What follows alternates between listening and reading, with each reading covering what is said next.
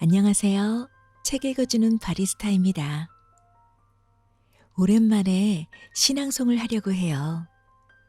현재 활발히 작품 활동 중이신 김상형님 시집 중에서 슬픔 비슷한 것은 눈물이 되지 않는 시간 중에 5작품을 가져왔습니다. 제가 드라마 보는 걸 참 좋아하는데요. 한국 드라마 중에 로맨스는 별책 부록이란 작품을 봤어요. 출판사가 배경이 되는 작품인데 시집 출판에 관한 이야기가 나왔던 회차에 돈이 되지 않는다는 이유로 출판을 거부당하고 끝내는 시인이 고독사를 하는 이야기가 나와요.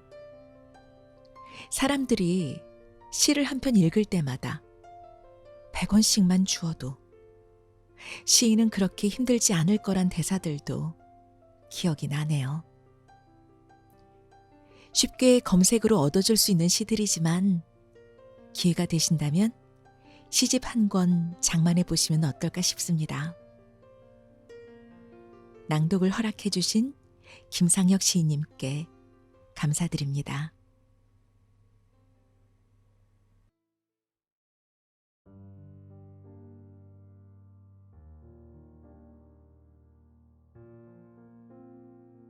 고치지 않는 마음이 있고. 김상혁.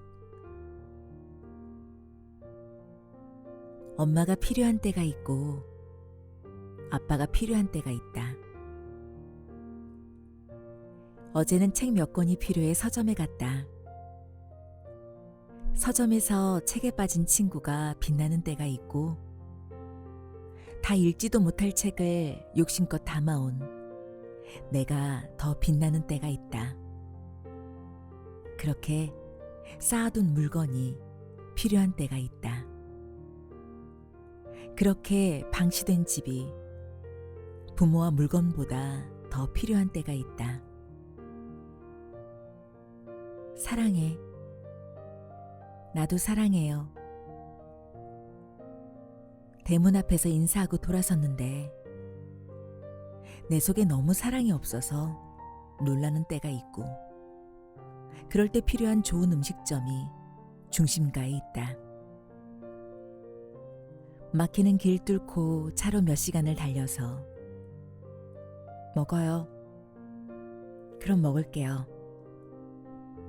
퇴근길 식탁은 가끔 이렇게 다정한데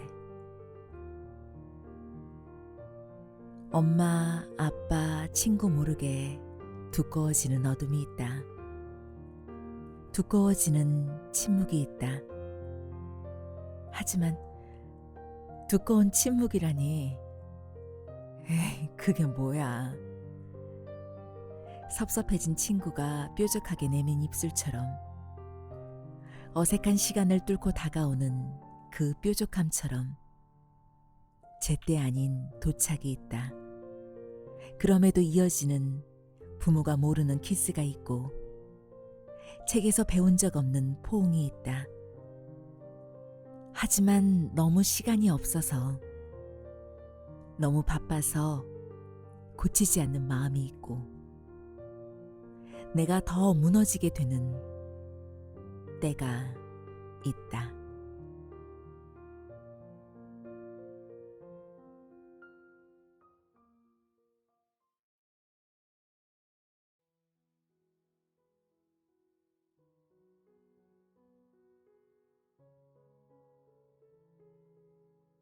쉽게 말하지 않았던 그날의 낭독회에서.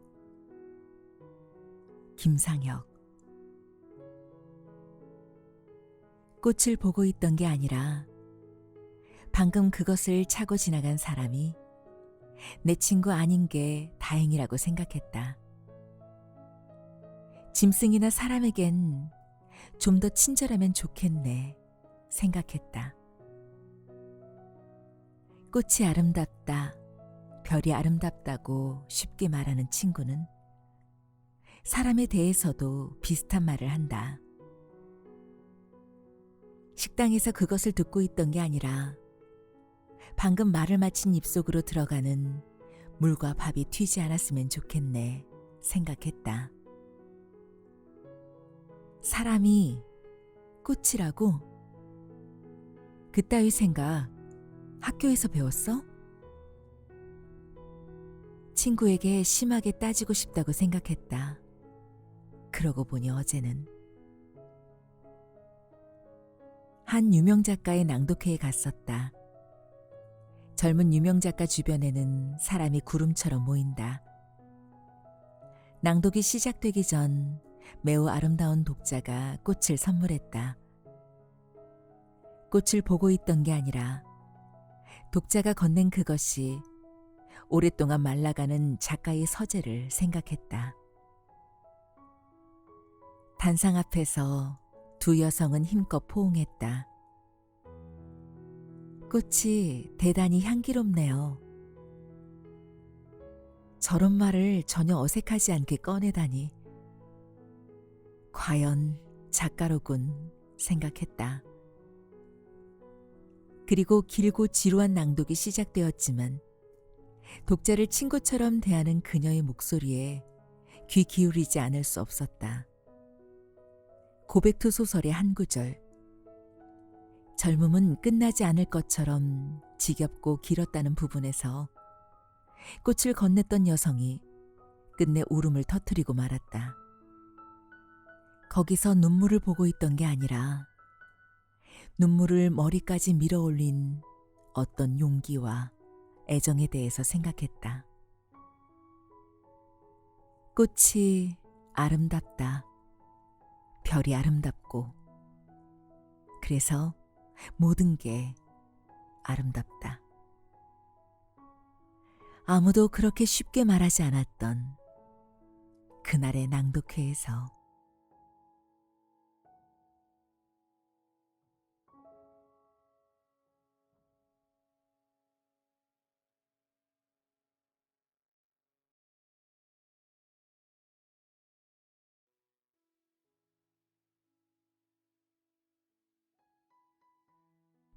아내가 이걸 모르겠다 싶었다. 소설을 덮었더니 아내가 없었다. 나는 중요한 인물을 놓쳤구나. 시간이 너무 흘렀구나 싶었다. 검은 머리 파뿌리가 되도록 책을 읽겠구나 싶었다. 밤이 얼마나 깊었냐 하면 아까 만진 게 너의 발인지 영혼인지 모르겠다 싶었다. 소설 속 배경은 뉴욕이었다.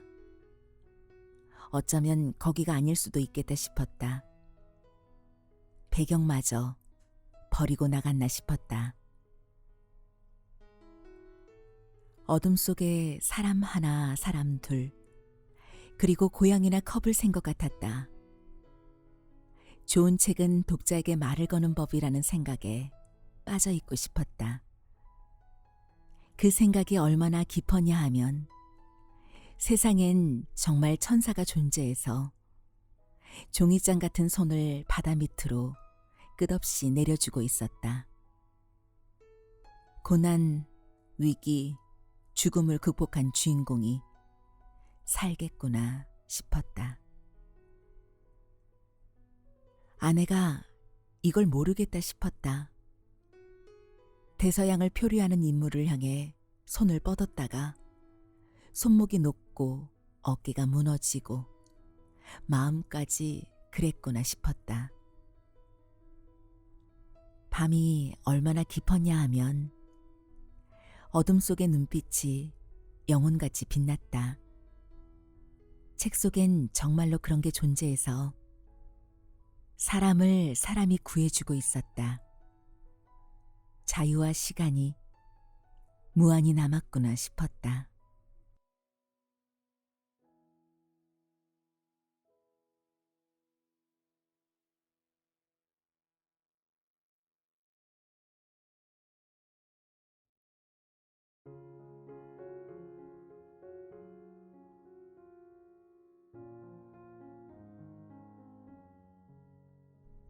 도둑도 마음도 아까 놓쳐버린 것 같다.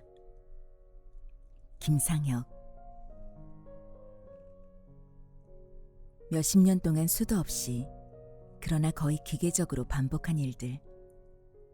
가령 밥 먹고 물 마시기, 출퇴근 버스나 지하철 타기, 집으로 돌아와 키스하고 강아지 산책하기 같은 일상을 돌아봤을 때 어쩌면 그것은 꼭 내가 한 일이라기보다는 지금껏 나 없이 잘 굴러온 것 같다.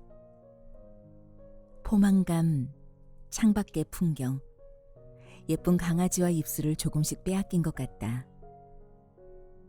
몇 달치 기분이 머릿속으로 우르르 쏟아져 흩어지는 것 같고, 생각이 다 흩어지는 것 같고, 이러다간 죽어서도 떠돌 것만 같다. 죽은 자의 영혼이 존재한다면. 찢어진 투명한 그물처럼 담장이에 걸려 생각 없이 영원히 휘날릴 것만 같다. 어느 날 도둑이 그 담장을 넘어 빈집을 넘봐도 나의 영혼은 힘도 못 쓸 것 같다. 도둑도 마음도 아까 놓쳐버린 것 같다. 다 큰 자식도 못 알아볼 것 같다. 아내를 잊고 싶지 않다. 그녀를 깨워서 같이 밥 먹고 물 마시고 키스하고 싶다. 하지만 어느 날 끝내 잠에서 못 깨어난 그녀가 스르르 담을 타고 집을 나가도 모를 것 같다. 내가 기다리는 것들 다 사라졌는데 영원히 휘날리며 기다릴 것 같다. 개 짖는 소리에 깜짝깜짝 놀라며 몇십 년에 걸쳐 조금씩 더 찢어지는 것 같다.